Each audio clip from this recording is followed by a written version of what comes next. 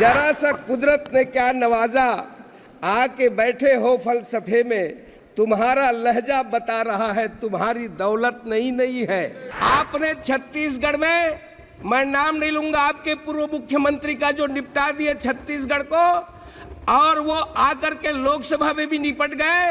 वो महादेव जी के नाम से सट्टा चला रहे थे। जम्मू कश्मीर में हमला करने वाले वो किस समाज से आते हैं? समाज के अंदर चिल्ला चिल्ला करके ये फिलिस्तीन की जिंदाबाद के नारा लगाने वाले ये किस समाज के हैं? श्री संतोष पांडे।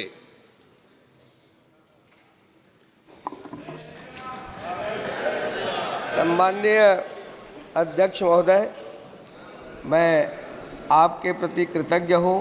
आपने मुझे आज कीमती समय बोलने के लिए अवसर प्रदान किया। मैं सबसे पहले अपने छत्तीसगढ़ के और उन राजनांदगांव क्षेत्र के समस्त जनता का, मतदाता का भी आभार प्रदर्शन करता हूँ और आप सबके वरिष्ठों के प्रति मैं कृतज्ञ हूँ। आप सबको हृदय से शुभकामना। महोदय, अभी कल से जब से शुरू हुआ, रात को 12 बजे तक जो चला, जिस प्रकार से अभी अखिलेश जी बोल रहे थे, और कल जब शुरुआत हुई तो नेता प्रतिपक्ष राहुल गांधी जी ने जिस प्रकार की बातें की, आज जब अखिलेश जी ने एक शेर व शायरी से और गज़ल की पंक्तियों से शुरुआत की, तो मैं भी ये बता दूं कि अखिलेश जी, जरा सा कुदरत ने क्या नवाजा, जरा सा कुदरत ने क्या नवाजा, आके बैठे हो फलसफे में, तुम्हारा लहजा बता रहा है तुम्हारी दौलत नहीं है। और जितने भी यहाँ बहुत लोग बैठे हैं, ये सब उसी प्रकार की बात कर रहे हैं। आदरणीय अध्यक्ष महोदय, मैं बताना चाहूँगा, माननीय नेता प्रतिपक्ष कल राहुल गांधी जी बार बार भगवान शंकर का फोटो दिखा रहे थे। वो भगवान भोलेनाथ है, भगवान शंकर है, ये आपकी फितरत में है। आपने छत्तीसगढ़ में, मैं नाम नहीं लूंगा, आपके पूर्व मुख्यमंत्री का जो निपटा दिए छत्तीसगढ़ को, और वो आकर के लोकसभा में भी निपट गए। वो महादेव जी के नाम से सट्टा चला रहे थे, जिसे छत्तीसगढ़ की जनता ने निपटा दिया। आपको ध्यान होगा, 6000 करोड़ से ऊपर का सट्टा, जिसका संचालन आपके पूर्व मुख्यमंत्री ने किया। भगवान शंकर को ऐसे आसानी से ना ले और बात बात में चित्र दिखाने की कोशिश ना करें। राहुल गांधी जी, आपने जो शुरुआत की है, आपने जो जिस प्रकार से हिंदुत्व को लेकर के, हिंदू को लेकर के और भारतीय जनता पार्टी के लोगों को जो आपने जो हिंसक कहा है, मैं आपसे कुछ प्रश्न पूछना चाहता हूं और मैं माननीय अध्यक्ष महोदय जी के सामने इस सदन में रखना चाहता हूं। क्या हिंदू हिंसक हो रहा है? भाजपा हिंसा की बात करती है। इस हिंदुस्तान के अंदर हिंसा कौन फैला रहा है? कितना हिंसक हिंदू समाज हुआ है, कितना हिंसक ये तथाकथित शांतिप्रिय समाज है, ये पूरा भारत जानता है। क्या कर्नाटक में प्रवीण नेतारू की हत्या हिंदू समाज की भीड़ ने की थी? क्या राजस्थान के अंदर वो कन्हैयालाल टेलर की हत्या गला रेत करके क्या हिंदू समाज ने की थी? क्या हिंदू समाज है जो अलग अलग जगह पर हंगामा खड़ा कर रहा है? जिस तरीके से घटनाएं पूरे हिंदुस्तान के अंदर हो रही है। राहुल गांधी जी, आपने जो सवाल किया है, जम्मू कश्मीर में बम विस्फोट करने वाला किस समाज का है? जम्मू कश्मीर में हमला करने वाले वो किस समाज से आते हैं? समाज के अंदर चिल्ला चिल्ला करके ये फिलिस्तीन की जिंदाबाद के नारा लगाने वाले ये किस समाज के हैं? संसद के अंदर आपने शुरुआत की है, संसद के अंदर चिल्ला चिल्ला करके आपने जिस प्रकार की बातें की है, यहाँ की परंपराओं को तोड़ने की कोशिश की गई है, मर्यादा को तार तार करने की कोशिश की गई है, किंतु हमारी ये उच्च परंपरा रही है, इसमें आप सफल नहीं हो पाएंगे। राहुल गांधी जी, ये संसदीय पाठ क्या पढ़ाए?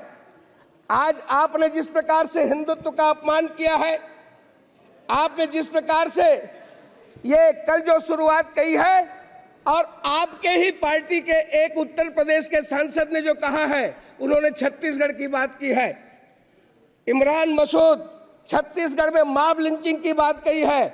मैं सदन के सामने बताना चाहता हूं, वो क्या काम करने के लिए गए थे आपको मालूम है छत्तीसगढ़ में? और कैसे रात के अंधेरे में वो नदी में कूद गए। आप ये फालतू बात ना करें। छत्तीसगढ़ के साजा के अंदर जिस प्रकार की मॉब लिंचिंग पूर्व मुख्यमंत्री के समय हुई है, आप उसकी बात को बताएं। मैं आज सदन को बताना चाहता हूं कि जब हिंदुत्व की बात होती है तब अटल जी की वो पंक्तियां याद आती है, हिंदू तन मन हिंदू जीवन, रग रग हिंदू मेरा परिचय। मैं आदि पुरुष निर्भयता का वरदान लिए आया, भू पर पै पी कर सब मरते आए, मैं अमर हुआ तो विष पीकर। मुझको मानव में भेद नहीं, मेरा अंतर स्थल है विशाल, जग के ठुकराए लोगों को लो मेरे घर का खुला द्वार। अपना सब कुछ हूँ लुटा चुका, फिर भी अक्षय है धनागार, मेरा हीरा पाकर ज्योतित परकियों का वह राज मुकुट। यदि इन चरणों पर झुक जाए कल वह किरीट तो क्या विस्मय। हिंदू तन मन हिंदू जीवन, रग रग हिंदू मेरा परिचय। यानी ये हिंदू हिंदुस्तान का परिचय है। होकर स्वतंत्र कब चाहा है, होकर स्वतंत्र कब चाहा है, मैंने कर लूं जग को गुलाम। मैंने तो सदा सिखाया है करना निज के मन को गुलाम। गोपाल राम के नामों पर मैंने कब अत्याचार किया, कब दुनिया को हिंदू करने घर घर नरसंहार किया। भूभाग नहीं सत सत मानव की हृदय जीतने का निश्चय। हिंदू तन मन हिंदू जीवन, रग रग हिंदू मेरा परिचय। ये हिंदुत्व है। और आपने हिंदू को, हिंदू समाज को, हिंदुस्तान को आपने बदनाम करने की कोशिश किया है। आदरणीय अध्यक्ष महोदय, पिछले 10 साल में माननीय नरेंद्र मोदी जी, माननीय प्रधानमंत्री जी ने वो काम किए हैं। ये यदि मैं ये कहूं कि मोदी जी है तभी वो मुमकिन है, और वो काम की शुरुआत नहीं बल्कि डिलीवरी हुई है, जिन्हें पूरा करना ही असंभव लगता था। मोदी जी है तभी वो गुंजाइश भी अभी भी बनी है। कश्मीर में मोदी जी ने असंभव को संभव कर दिया। ये वो काम है। चीन को भी पीछे छोड़ दिया, दुनिया का 8वां अजूबा कहा जा रहा है।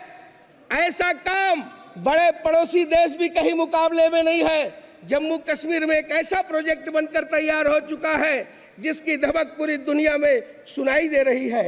अध्यक्ष महोदय, कश्मीर का वो चिनाब रेलवे ब्रिज, दुनिया का सबसे ऊंचा रेल ब्रिज न बनकर तैयार है बल्कि ट्रेनें दौड़ा कर देखी जा चुकी है, ट्रायल हो चुका है। पहले से नारे लगाते रहे हैं। हम कहते थे कश्मीर से कन्याकुमारी है, किंतु सार्थक करने का काम माननीय नरेंद्र मोदी जी ने किया। दुनिया का सबसे ऊंचा चिनाब रेलवे ब्रिज, USBRL यानी उधमपुर श्रीनगर बारामूला रेल लाइन, ये प्रोजेक्ट जिसके निर्माण पर पूरी दुनिया की निगाह थी, माननीय मोदी जी ने पूरा किया। भारत ने कर दिखाया है। पूरी दुनिया भारत की लोहा मान रही है। अध्यक्ष महोदय, नदी की सतह से इस पुल की ऊंचाई 359 मीटर है। पुल एफिल टावर से भी 35 मीटर ऊंचा है। जहां लोग फोटो खिंचाने जाते हैं और बड़ा नाम लेते हैं, उससे भी 35 मीटर ऊंचा है। हमारे देश के कुतुब मीनार से ये 5 गुना है। माननीय अध्यक्ष महोदय, मोदी जी ने हर मुश्किल को संभव किया है। ठीक वैसे ही जैसे कोरोना काल में, महामारी में, अंतर्राष्ट्रीय बीमारी पर पूरी दुनिया, जी मैं बस 2 मिनट में खत्म करता हूँ, त्राही बची थी। विदेश के लोग कहते थे कि भारत में इतनी बड़ी आबादी है, क्या होगा। किंतु इस कोरोना के तूफान से भी राष्ट्र की कश्ती को सुरक्षित बाहर निकालने का काम यदि किसी ने किया तो वह है इस देश के प्रधानमंत्री नरेंद्र मोदी जी।